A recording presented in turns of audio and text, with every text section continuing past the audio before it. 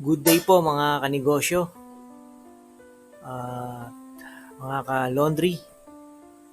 Ang video po natin ngayon na i-share ko sa inyo ay DIY para sa inyong mga sariling laundry shop kung paano po magpalit ng bearing and oil seal. Bearing replacement po and oil seal. At kasama na po ang tab clean at check na din po sa ibang mga parts ng inyong laundry machines.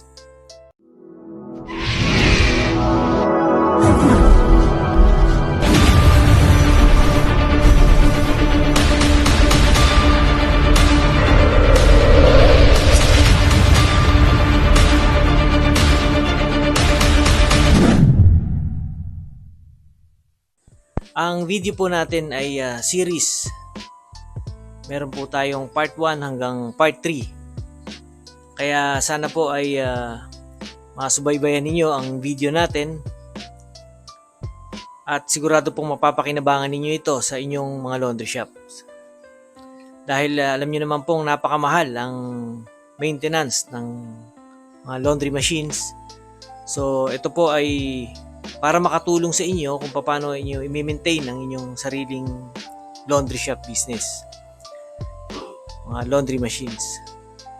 Ako po ay hindi naman technician or commercial technician ng mga laundry machines, pero dahil po sa ako ay mechanical engineer, madali ko pong natutuhan ang maintenance, mga technical ng sarili kong mga laundry shop machines. Kaya ito po ang i-share ko sa inyo. Sana po ay paki-like and follow ninyo ang aking vlogs dito sa aking YouTube channel para masubaybayan nyo po ang part 1 hanggang 3 na series ng DIY para sa inyong laundry machines. Sisimulan po muna natin sa pagkalas ng o pag-dismantle ng ating washers. Ito po ang part 1 ng ating video kung paano natin kakalasin ang ating washers para ma-pull down natin ang tab, kung ano yung mga wires and mga hose na kakalasin natin na hindi.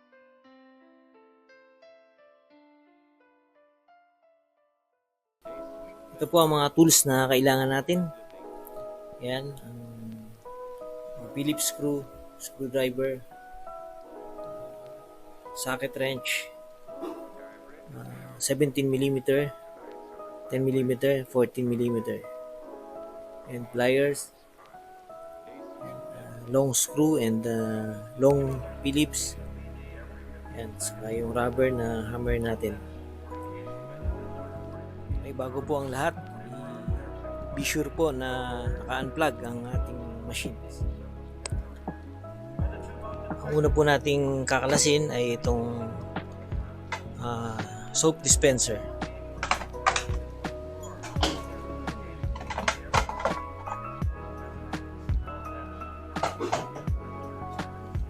Ngayon, pwede nating kalasin ang mga screws ng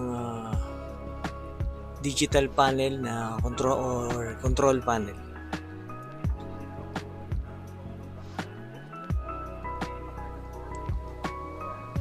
Mas maganda po kung mag-prepare din tayo ng paglalagyan ng mga tinanggal nating mga screws para hindi po mawala at maibalik natin ang kompleto. Ayan, natanggalan natin ang mga screws. So, pwede nating pull out ang control panel. Ngayon, kakalasin naman po natin yung socket ng connection ng wires. Ayan, kakalasin na po natin ang mga sockets ng control panel.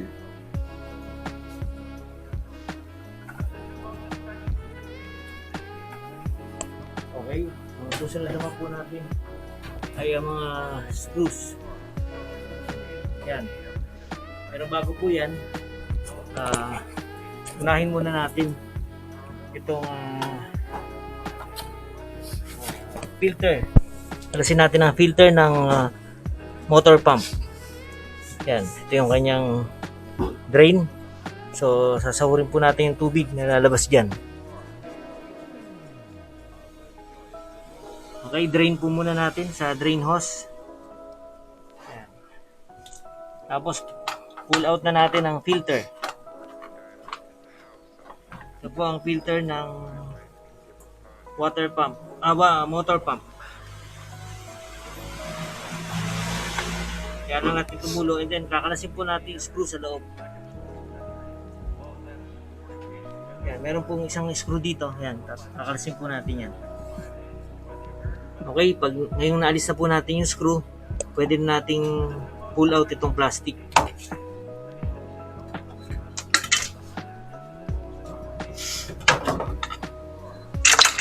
Ngayon, kakalasin naman natin itong rubber.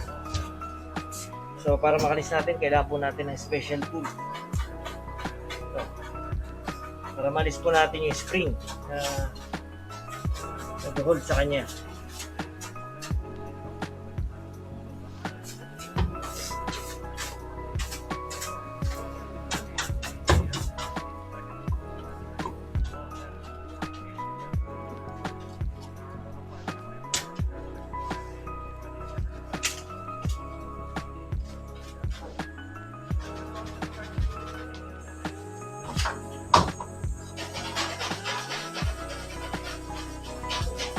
Ngayon, pwede na po natin kalasin itong kanyang electronic lock, door lock.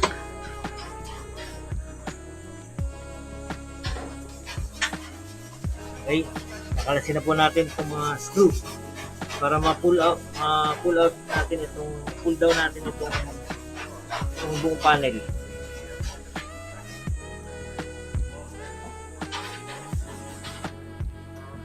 Ayan, nakalasin na po natin ang electronic door lock.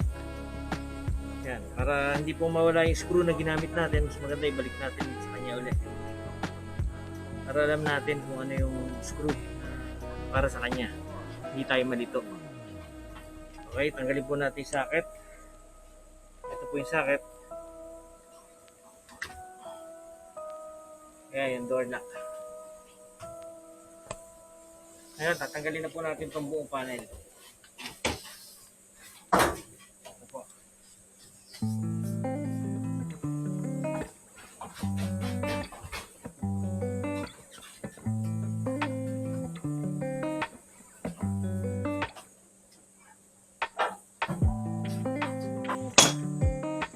Ayan, nakalasin po natin lahat ng hose.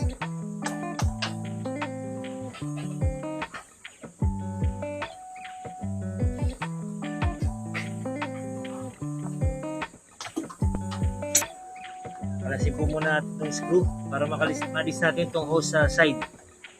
Ayan. Okay, ayan. Ito naman po itong balancer naman ang kakalasin natin. Ito po, kailangan natin ng 10mm na socket. Meron po tayong balancer sa baba at meron nasa taas at meron din po sa ibaba. Ayan. So, dalawa po kakalasin natin yung mga balancers.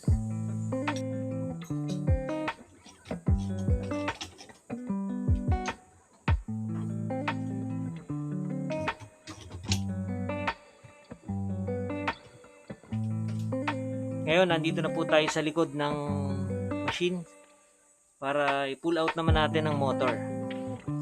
Ito po ang bolt na kailangan kalasin natin gamit ang 17mm na socket. So, medyo masikip po ito, lalo na pag first time natin kinala. So, gamitan natin ang rubber mallet para sa socket. Kahit dahan-dahan lang po, hanggang sa loob lang.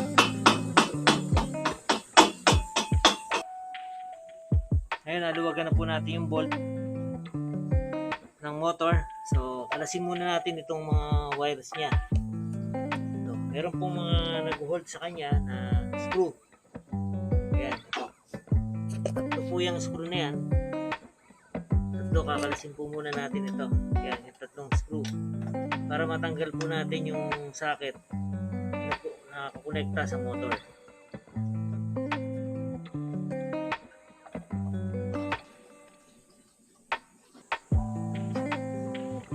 Yan po, na tanggalan natin ang bolt. So, pull out na po natin ang motor.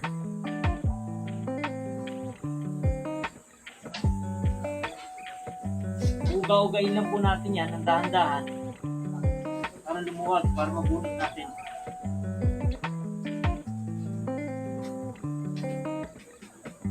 Ito po yung pinaka-magneto.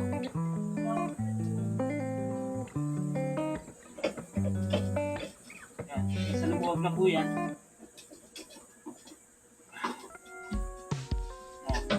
Pull out na po natin. Ito po yung pinaka-magneto.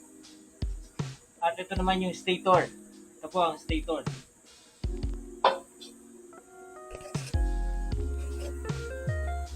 Ayan, ito naman po yung dinuwagan natin kanina na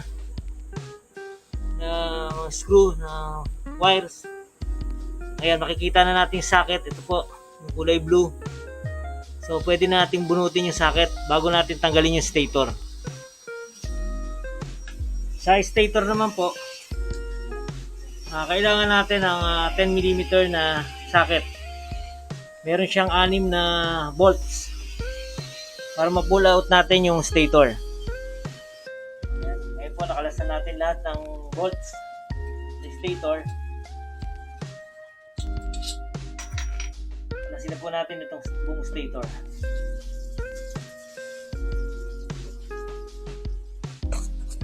Ayan. Ayan, nakita na po natin ngayon yung bearing. Ito yung bearing na papalitan natin mamaya.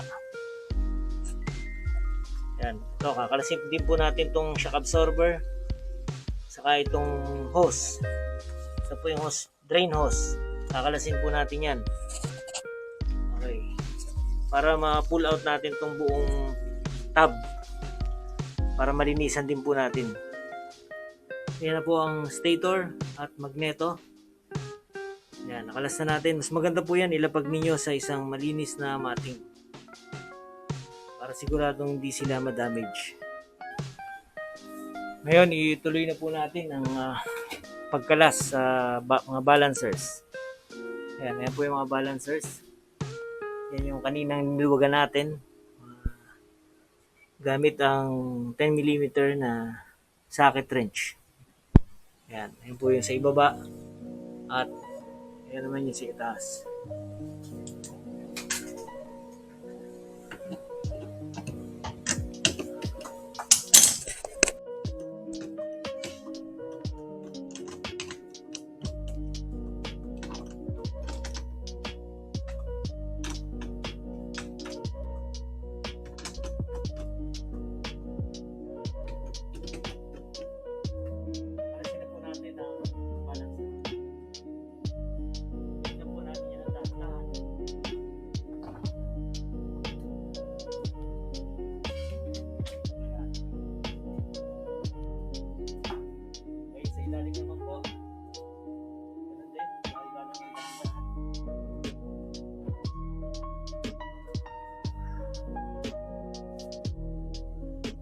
Ayan, kakalasin na po natin itong dalawang screw dito.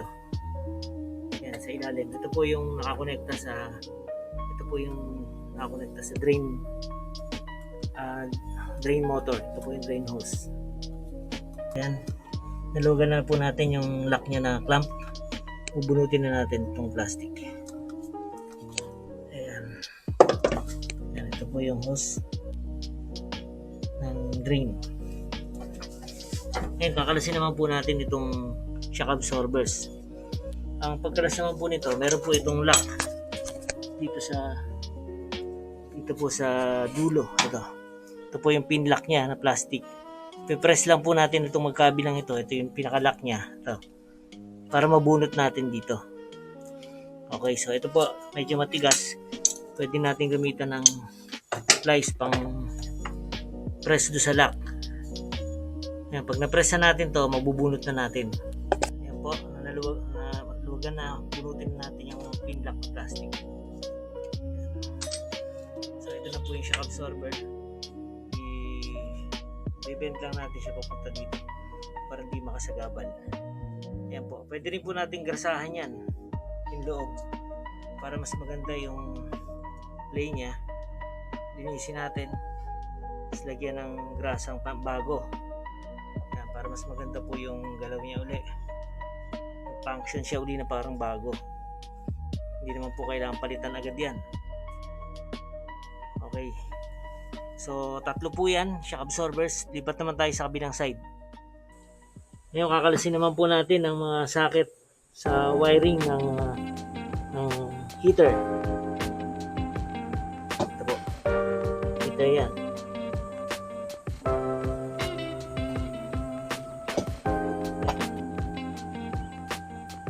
At meron po isa sa gitna. So, kailangan kalasin naman natin ang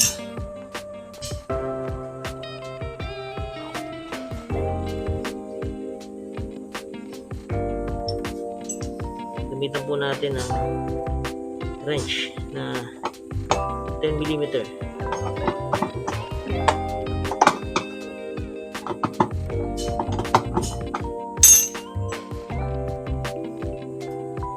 Yan, nakalas na po natin ito, mga socket. Yan. Tutulin na lang po natin itong cable tie.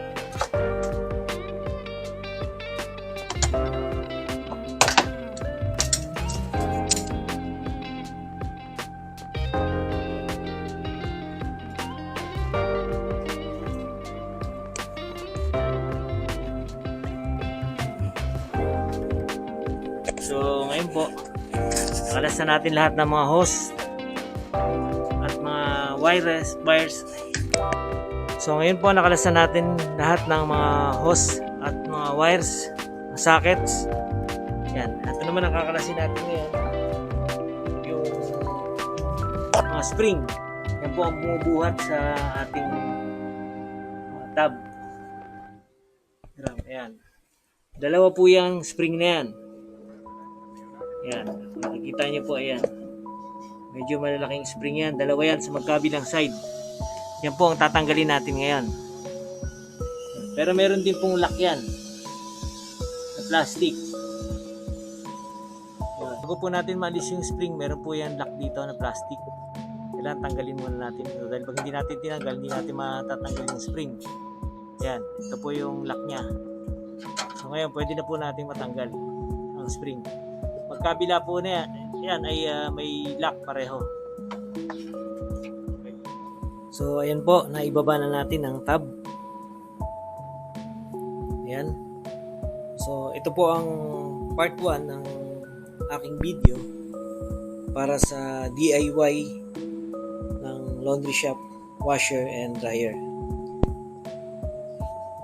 Sana po ay paki-like and follow po ang aking YouTube channel para mapanood nyo po ang next video ko, ang part 2, ang tab cleaning, and part 3, ang bearing replacement. Yan, maraming salamat po. Sana po ay napakinabangan ninyo ang video na ito at na marami pa po tayong lalabas sa mga technical maintenance para sa inyong mga dryers and washers. Marami pong salamat mga kanegosyo. Pakihintay nyo na lang po ang ating part 2 na video para sa tab cleaning. Good day po sa lahat.